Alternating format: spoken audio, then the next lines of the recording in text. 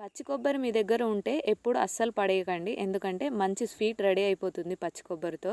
అంతేకాదు పచ్చి కొబ్బరిలో ఎన్నో ప్రోటీన్స్ ఉన్నాయి, దీంట్లో బ్లడ్ మనం ఇంప్రూవ్ చేసేంత గుణం ఉంది. కాబట్టి అస్సలు మీరు వేస్ట్ చేయకండి, ఇలా ఒకసారి స్వీట్ చేసుకోండి, టేస్ట్ చాలా బాగుంటుంది.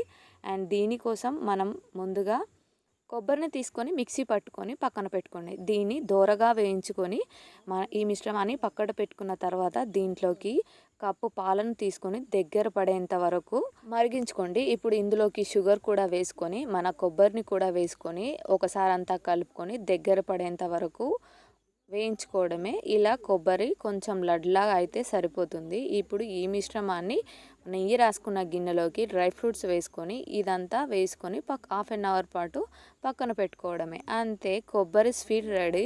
టేస్ట్ మాత్రం చాలా బాగుంటుంది అండ్ ఎన్నో హెల్త్ బెనిఫిట్స్ ఉన్నాయి.